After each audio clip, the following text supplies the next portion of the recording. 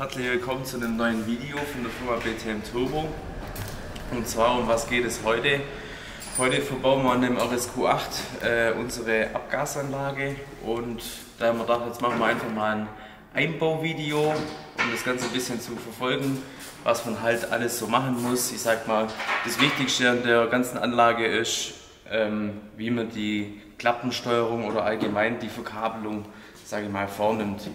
Wir bauen jetzt hier mal die originale Abgasanlage raus. Sollte eigentlich, sage ich mal, dann jedem das einigermaßen klar sein, wie das so funktioniert. Da fängt man hier natürlich an und macht erstmal die Verkleidung hier unten dran weg.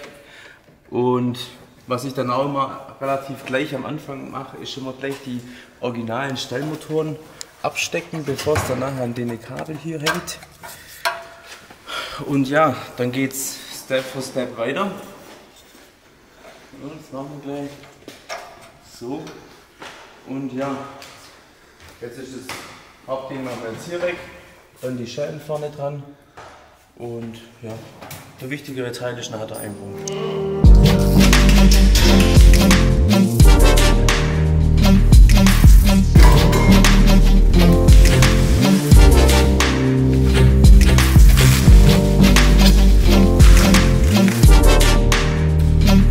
Jetzt kommen wir mal zum Lieferumfang der ganzen Anlage.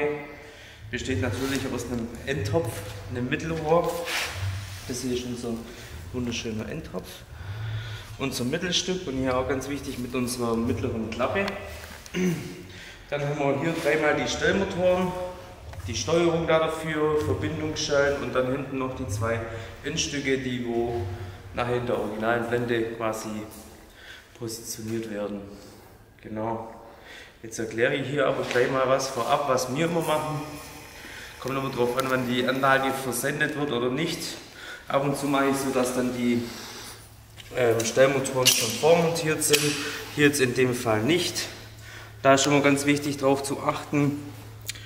Hier hat man ja ein Federelement drin, das wo nachher die Verbindung zwischen Stellmotor und der mechanischen Klappe dann quasi hier der Teil die Verbindung ist.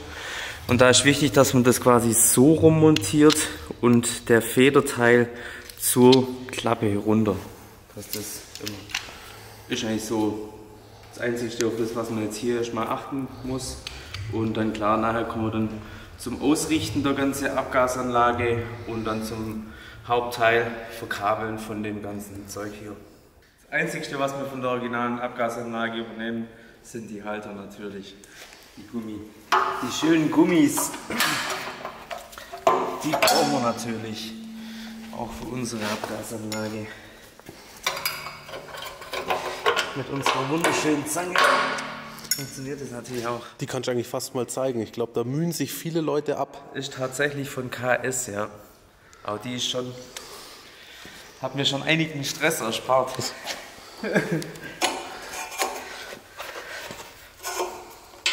Ja, ein bisschen, tut sich auch ein bisschen leichter, wenn man da ein bisschen was zum Schmieren hin tut. Also. Aber da gibt es auch viel Schlimmere. Wir hängen jetzt die Anlage hier rein.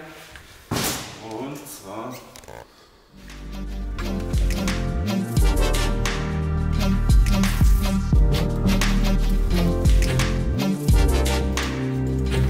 Also wir fangen immer mit dem Endtopf an. Ist was sehr zu empfehlen. Der hängt jetzt zwar hier erstmal ein bisschen so Scheps drinne, aber das macht ja nichts. Genau. Soll ja wahrscheinlich auch so sein, dass man es nachher ausrichten kann, oder? Ja, du fängst halt so ein bisschen an, weil du kommst dann nachher, wenn hier das Mittelstück vorkommt, kommst du dann nachher nicht mehr so gut hin. Würde wahrscheinlich auch gehen, aber wir haben es uns halt irgendwie angewöhnt, dass wir erst den Endtopf reinhängen und dann kommt es Mittelstück. Vorne bleiben die Originalschellen, das war uns eigentlich ja relativ wichtig, weil die halt einfach am besten funktionieren, sauber sind und ja, einfach eine schöne Lösung ist.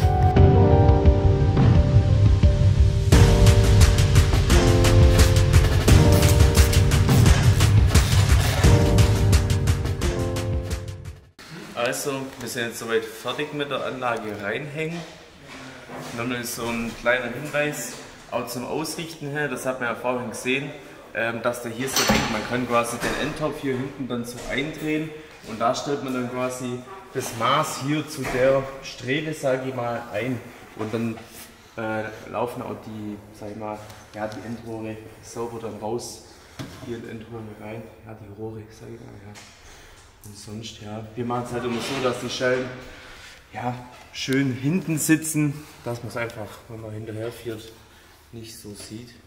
Ja, das war es jetzt eigentlich vom unteren Teil. Jetzt, wenn das Fahrzeug gerade mal oben ist, gehen wir gleich mal hier zur guten Steuerung. Das hier ist jetzt einmal so ein Stilllegungssatz, den erkläre ich gleich. Jetzt kommen wir mal hier zu der Hauptsteuerung. Die befindet sich nachher komplett im Fahrzeug innen drin. Aber was immer ganz wichtig ist, klar, am Anfang sieht es erstmal ein bisschen wild aus und wow, so viel Kabel, aber das ist eigentlich sehr simpel. Wir haben ja hier die Steuerung, die wo jetzt dann quasi, da hinten geht es nachher hoch im Fahrzeug sitzt. Ich lege es jetzt mal auf den Boden, oder ne, kurz so. Hier kann man jetzt gut erkennen, hier aus dem Stecker kommt ein einzelnes Kabel raus, wo eine dementsprechende Länge hat. Ich muss mal ein bisschen entknoten hier. Ja. Gute Vorführeffekt, genau. Kann man das ja mal so hinlegen. Da kennt man dann immer, das Kabel ist dann quasi das für die mittlere Steuerung. Hier haben wir ja dann auch nochmal das Kabel. Quasi hier kommt dann einmal der originale Stecker vom Fahrzeug hin und das hier ist dann quasi wie so ein Splitter. Dann heißt, hier geht es einmal auf die linke Klappe und die Seite geht dann zur rechten Klappe rüber. Und jetzt kommen wir zu dem Stilllegungsstecker. Den stecken wir eigentlich, sage ich mal, im größten Teil immer auf der rechten Seite ein, da wo man halt vom Fahrzeug rauskommt, weil das Kabel ja dann hier rüber läuft. Da steckt man da quasi hier an der originale Stecker, steckt man den ein und hängt es da einfach nach, sauber mit Kabelbinder da oben schön hoch. Und das war jetzt mal so das Grundprinzip, wie die Kabelführung aufgebaut ist. Hier ist jetzt so, machen wir mal kurz Licht. Das hier ist dann quasi so der schöne Pfropfen, wo wir rauskommen mit dem ganzen Zeug.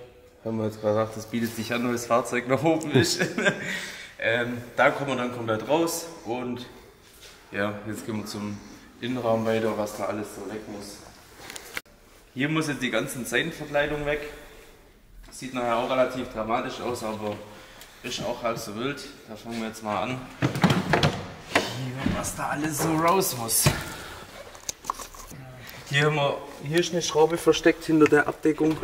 Dann was auch ganz wichtig ist. Ja, genau. Ja, hier haben wir dann quasi, das hier muss auch raus. Das sieht man. Da ist so ein kleiner Stift drin, den muss man rausziehen, weil da ist die Führungsschiene, wo der Rollo quasi runterzieht. Der muss raus und der Rest ist dann nur noch geklipst, wenn die Schraube hier raus ist. Jetzt machen wir mal das hier raus. Die Leiste hier muss dann auch weg. Die fixiert das bisschen so an die Seite hin. Ja, das war's dann eigentlich schon. Dafür gibt es ja so schöne Keile hier. Also ich suche mir da immer halt ein bisschen irgendwie ein Eck. Das hört sich dann immer ein bisschen, ja, sag ich mal,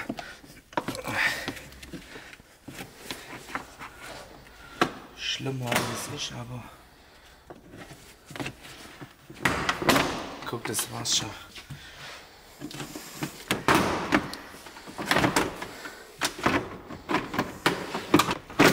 Nee, alles gut. So, Sascha, dein Einsatz. Wir brauchen Zielzahn 8 oder so. Das hier muss auch weg.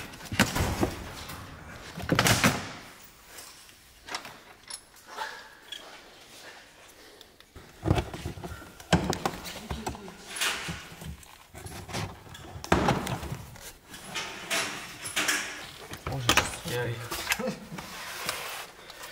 so, dann machen wir hier das noch. ist jetzt. Ging sogar. Top.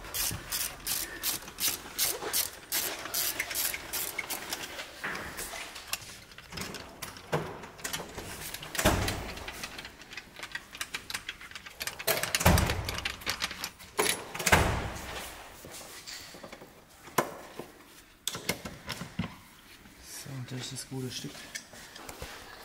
Jetzt ist die leichte Lose. Guck, das war's. Den dann am besten wieder gleich reindrücken. Ja, und dann fahren wir jetzt hier schon drunter. Zack. Bam, bam. So. Dann haben wir hier einmal das Licht ausstecken. Hier einmal die Anhängerkupplung-Bedienung. Und einmal. Ups. 12 Volt. Dann stelle ich das Ding weg. Gerade der Gummipfropfen, da wo wir jetzt unten raus wollen, das sitzt jetzt hier unter dem ganzen Zeug. Und da haben wir dann einmal, hier sind 2 10er Muttern und der Rest ist eigentlich alles, der obere Teil ist nur drauf geklipst. Den kann man dann schon mal so. Hier ist ein Kabelhalter. Dann erstmal los und dann kann man das mal da ein bisschen nach hinten weg tun. So, Hochballon wieder nach hier. Tut man sich leichter. Gerade hier auch für solche Dinger, da kann man halt hier so mit dem Eck reinfahren. Zapp und das Ding ist weg. Und gut ist. Und hier dann noch die Sicherung aushängen. Zapp.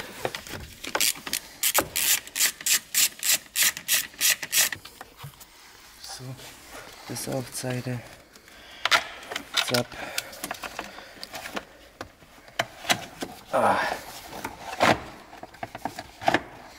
Das wird dann auch noch, das ist nur am Anfang, legt man das halt hier unten rein und tada, sieht man's?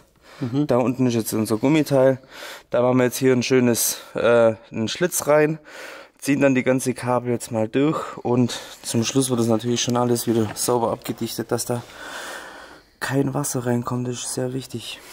Hier haben wir jetzt die Steuerung, die haben wir da vorhin auseinandergesteckt und hier haben wir jetzt den Schlitz reingemacht und dann schiebt man das immer von unten dann quasi rein. Da muss man dann auch nachher extrem aufpassen, dass man dann, wenn man das durch den Gummi durchdrückt, dass die Pins hinten aus dem Stecker nicht rausgehen.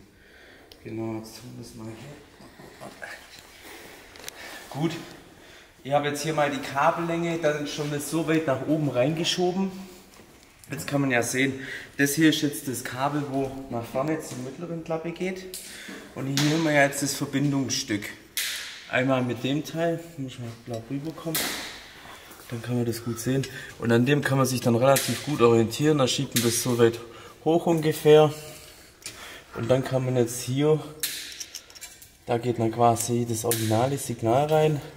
Dann kann man hier schon mal das noch weiter rein, nach oben reinschieben, weil das wird man hier alles dann nachher schön gemacht.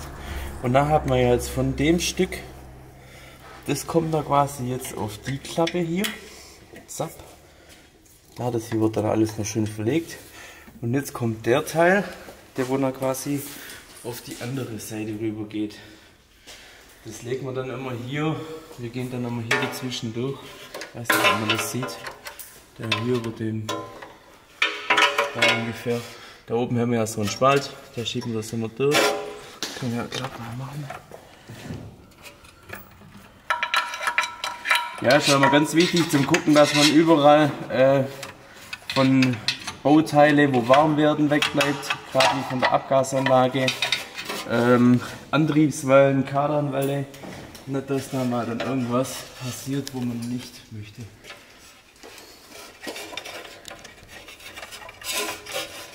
Hier bist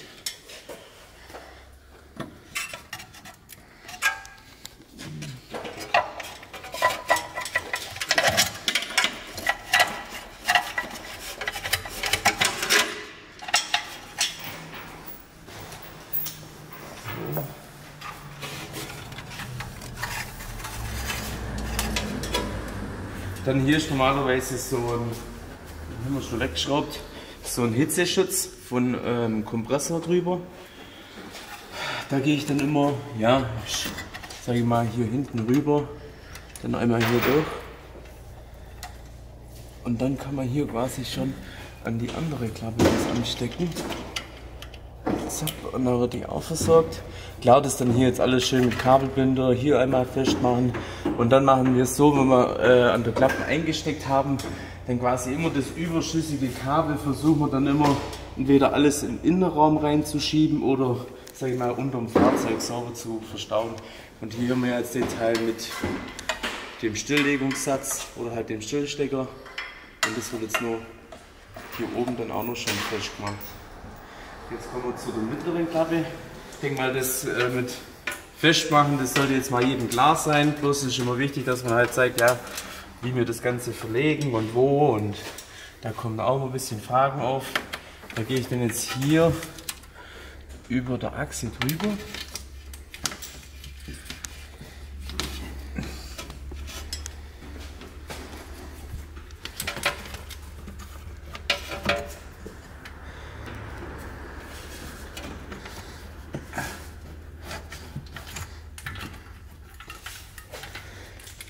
Jetzt mal bisch.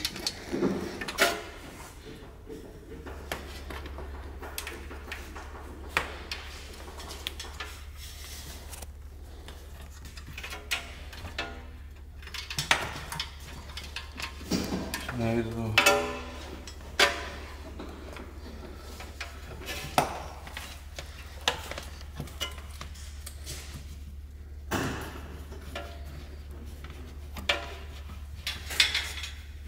Ah, perfekt. So.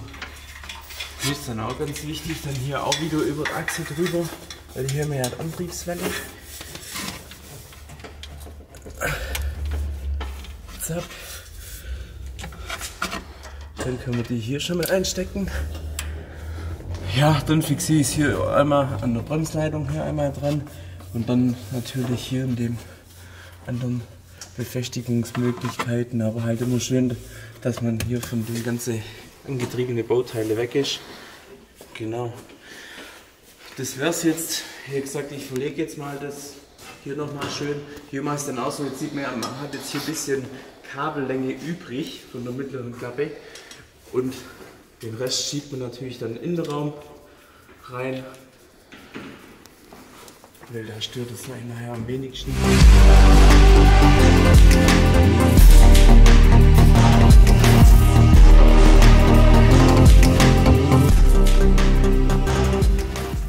So sieht das Ganze jetzt von unten aus, bisschen alles sauber hochgehängt. Ist jetzt halt ein bisschen, ja, original schon alles so Kabelbinder-Action. Was ich eins jetzt noch zeigen muss, das ist im Innenraum mit dem CAN-Signal, wo man das anhängt. Das ist nämlich jetzt so der wichtigste Teil und der Rest, sage ich mal, ergibt sich ja dann wieder mit dem Zurückbauen, einfach wieder mit der Verkleidung hin, drinnen das Kabel sauber, eine Schlaufe machen, seitlich reinlegen, aber das zeige ich euch jetzt noch. Also, wir sind jetzt hier im Fahrzeuginnenraum. Wir haben jetzt hier das hier schon mal verbaut. Die Anschlüsse unten sind auch abgedichtet, quasi, wo wir über die Gummimanschette drüber kommen. Jetzt haben wir hier natürlich noch ein bisschen Kabelüberschuss, durch das, dass wir das natürlich in den Innenraum reingefädelt haben. Das, was ich jetzt vorhin gesagt habe, hier immer trotzdem, wenn man das durch die Gummimanschette durchdrückt, kontrollieren, ob die Pins dann wirklich alle drin sind und ob das passt. Und dann kann man das hier wieder an die Hauptsteuerung wieder mit anschließen. Zack. Dann haben wir hier unser CAN-Signal. Hier mache ich es dann immer so, ich mache hier dann immer ein bisschen eine schöne Schlaufe, tue das bisschen alles zusammen, hänge das dann da hinten schön mit rein, dann auch mit dem zusammen, das stört dann auch keinen. Hier muss man dann die Abdeckung entfernen. Da habe ich jetzt schon mal das CAN-Signal, das ist hier ein bisschen drunter, das ist an den Fahrzeugen echt ein bisschen kompliziert, weil wie man sehen kann, sind da unten auch noch mehrere verzwirbelte CAN-Signale. Das muss man dann dringend testen, ob man das Richtige verwischt hat. Und dann haben wir hier so einen schönen Kabeldieb, wo wir unsere Steuerung mit draufhängen. Ich sag mal, hier haben wir einmal orange-schwarz und orange-grau. Ups. In dem Fall ist hier das Grüne das orange-schwarze und das orange-braune, wie es hier eigentlich, weshalb von der Fahrzeuge her irgendwie komischerweise bei alle anders ist das bei unserer Steuerung hier das orange-grau. Das heißt, das orange-braun vom Fahrzeug kommt auf das orange-grau und das Grüne kommt auf das orange-schwarz. Da guckt man, da sieht man ja hier die Leiterplatine. Quasi das obere ist orange-braun. Dann kommt es ins obere rein. Einmal quasi drehen. Und das orange-grüne, nur grün, kommt dann unten rein. Und dann kann man das hier so, zack. Jetzt brauche ich hier die Zange noch kurz. Muss sie? Ja. Wenn man das hier einfach mit der Zange zusammendrücken, da muss man aufpassen, dass man nicht vorne die verraschte Nase kaputt macht. So, und wenn man jetzt dann so weit in dem Schritt ist, sollte man auf jeden Fall erstmal alles testen, ob das über die Drive Selecte und die ganze Funktion geht, bevor man hier alles zusammenbaut und nachher merkt, oh scheiße, wir sind auf dem falschen Kern, alles wieder raus. Und ja, das war's dann eigentlich schon. Hier die Kabel, wie gesagt, noch sauber zusammen machen. Ich hänge das dann immer hier hinten schön hin, da haben wir ja genug Luft und dann kann man das wieder einwandfrei zusammenbauen. Wir testen das jetzt kurz und zum Abschluss gibt es noch ein kleines Soundfile.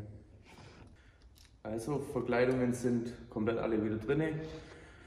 Funktionstest haben wir gemacht, den kann ich euch auch nochmal zeigen, wie das jetzt hier in dem Fahrzeug ist. Sag mal relativ simpel, die Drive Selector einfach mal durchschalten und dann zu testen, ob die ganze Steuerung was macht.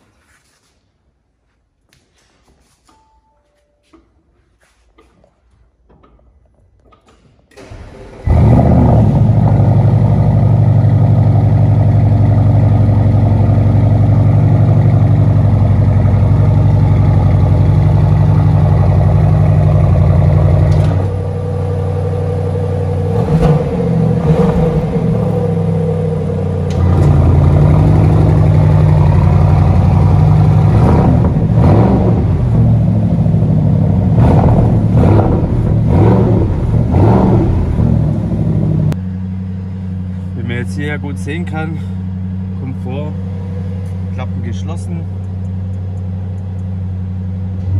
sagt man auf Dynamics sind die Klappen auf. Ich hoffe, dass das euch soweit weitergeholfen hat, um die Anlage einzubauen, auf was für Sachen dass man achten sollte, muss.